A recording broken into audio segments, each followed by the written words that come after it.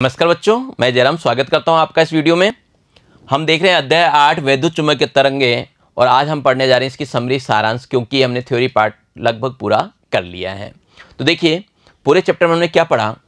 हमने देखा कि मैक्सवेल ने एम्पेयर के नियम में एक विसंगति पाई थी ना, और इस विसंगति को दूर भी किया उन्होंने। तो इस विसंगति को दूर करने के लिए एक अतिरिक्त धारा के अस्तित्व का सुझाव दिया गया, जिसे क्या कहा गया, विस्थापन धारा कहा गया, जिसे हम क्या कहते हैं, विस्थापन धारा कहते हैं। विस्थापन धारा समय के साथ परिवर्तित होने वाले विद्युत क्षेत्र के कारण उत्पन्न होती है, और इसको इस प्रकार लिख सकते हैं। किस प्रकार? विस्थापन धारा को लिखने का ये सूत्र आपको बताया था, ID बराबर ये आपका ε0 d∅/dt। यह ठीक उसी प्रकार चुंबकीय क्षेत्र के स्रोत का कार्य करती है जैसे कि चालक धारा करती है। चालक धारा जैसे करता है, यानी जैसे IC होती है वैसे ही क्या होती है, विस्थापन धारा ID होती है। ये हमने पढ़ा था। एक त्वरित आवेश वैद्युत चुंबकीय तरंगे उत्पन्न करता है और आवर्तीय रूप से आवर्ती से V दोलन करता एक विद्युत आवेश उसी आवर्ती V की वैद्युत चुंबकीय तरंगों को उत्पन्न करता है। यह वैद्युत द्विध्रुव वैद्युत चुंबकीय तरंगों का मौलिक स्रोत है। हमने क्या देखा था, वैद्युत चुंबकीय तरंगों के बारे में देखा था। दोनों एक दूसरे के लंबवत थे, पथ के भी लंबवत जा रहा था। तो ये इसका क्या है, कारण है। दोनों का कला कोण भी क्या होता है, समान ही होता है। कुछ मीटर कोटि तरंग दैर्घ्य वाली विद्युत चुंबकीय तरंगे प्रयोगशाला में सबसे पहले 1887 में हर्ट्ज द्वारा उत्पन्न व संसूचित की गई। सबसे पहले किसने बनाई थी? हर्ट्ज ने बनाई थी। इस प्रकार उन्होंने मैक्सवेल की भौतिक भविष्यवाणी की क्या की, पुष्टि कर दी थी। किसी वैद्युत चुंबकीय तरंग में विद्युत तथा चुंबकीय क्षेत्र दिक्काल में ज्यावक्रीय ढंग से दोलन वक्र करते हैं। ज्यावक्रीय यानी साइन के ग्राफ की तरह चलते हैं। दोलनशील विद्युत व चुंबकीय क्षेत्र E तथा B, विद्युत के लिए अपन E यूज करते हैं और चुंबकीय क्षेत्र के लिए B परस्पर तथा वैद्युत चुंबकीय तरंग के संचरण की दिशा के लंबवत होते हैं। ये भी देखा था अपन ने, E और B क्या है, परस्पर लंबवत थे, और जिस दिशा में चलते हैं वो भी क्या होता है, लंबवत होता है। याद होगा आप लोगों को, इस तरह हमने देखा था, है ना। ये X Y Z आपस में तीनों ही क्या है, लंबवत हैं।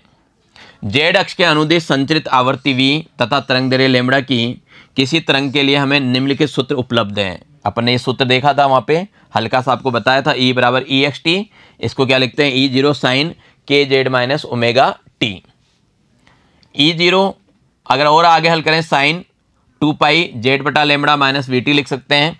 इसको आप और ज़्यादा हल कर सकते हैं, सबके मानों को, V को 1/T लिख सकते हो। यहाँ पे जो आवर्ती है 1/T लिख के इनको हल करेंगे। ऐसे ही B/T की बात करें, ये B0 sine KZ minus omega T, इनको भी क्या किया, आगे हल किया, तो ये अपने पास प्राप्त हो गया। तो ये परस्पर जो सूत्र हैं, ये E0 बटा B0 बराबर C से क्या है, संबंधित है। यानी E0 बटा B0 बराबर क्या होगा, C होगा। या फिर आप शॉर्ट में याद रखना चाहे, E0 बराबर क्या हो गया, BC, E बराबर BC, इसका हम प्रयोग कर रहे थे। निर्वात में वैद्युत चुंबकीय तरंग की चाल चुंबकशीलता तथा विद्युतशीलता से इस प्रकार संबंधित है कि हमने वहाँ पे चाल बताया था, ये C ये होता है का मान प्रकाश से मापों द्वारा प्राप्त प्रकाश चाल के ही क्या होता है, बराबर होता है। और प्रकाश एक वैद्युत चुंबकीय तरंग है, इसलिए C प्रकाश की भी क्या है, चाल है। और प्रकाश के अतिरिक्त सभी वैद्युत चुंबकीय तरंगों की मुक्त आकाश में वही चाल क्या होती है, C होती है। प्रकाश या वैद्युत चुंबकीय तरंगों की किसी भौतिक माध्यम में जो चाल होता है, V होता है 1/√μE होता है। यहाँ पे म्यू क्या है, माध्यम की चुंबकशीलता, और E जो है आपका एप्सिलॉन लिखा हुआ है, ये क्या है आपके पास, विद्युतशीलता होती है। ठीक है, चलिए आगे बात करें। हमने देखा वैद्युत चुंबकीय तरंगें जब दिक् स्थान में संचरित होती है तो अपने साथ ऊर्जा वहन भी करती है। यह ऊर्जा विद्युत तथा चुंबकीय क्षेत्र में विभाजित हो जाती है। ये क्या करती है, ऊर्जा आती है, किस में विभाजित होती है, विद्युत और चुंबकीय में। वैद्युत चुंबकीय तरंगें संवेग का भी वहन करती है। जब ये तरंगें किसी पृष्ठ पर पड़ती है तो वे पृष्ठ पर दाब डालती है, और यदि t समय में पृष्ठ को स्थानांतरित संपूर्ण ऊर्जा U हो तो पृष्ठ को दिया गया जो कुल संवेग होता है वो इस सूत्र से प्राप्त करते हैं, P बराबर U बटा C से। वैद्युत चुंबकीय तरंगों का जो स्पेक्ट्रम सिद्धांत है, उसमें हमने देखा कि तरंगों के अनंत परिसर में विस्तृत होता है।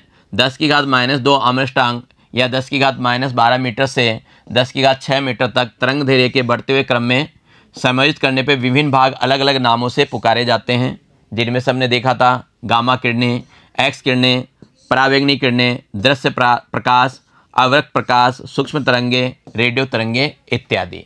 ये हमने स्पेक्ट्रम वाले पार्ट में पढ़ा था। ये द्रव्य से विद्युत तथा चुंबकीय क्षेत्र के द्वारा पारस्परिक क्रिया करती है, जिससे सभी द्रव्यों में विद्यमान आवेश दोलन प्रारंभ कर देते हैं और विस्तृत पारस्परिक क्रिया तथा इस प्रकार अवशोषण प्रकरण आदि की क्रिया विधि ईएम का मतलब है इलेक्ट्रोमैग्नेटिक तरंग की तरंगदैर्घ्य तथा माध्यम के परमाणु एवं अणुओं की प्रकृति पर निर्भर करती है। तो ये अपना पूरा चैप्टर था, हमने इसके बारे में पढ़ लिया। अब हम देखेंगे इनके उदाहरणों के बारे में।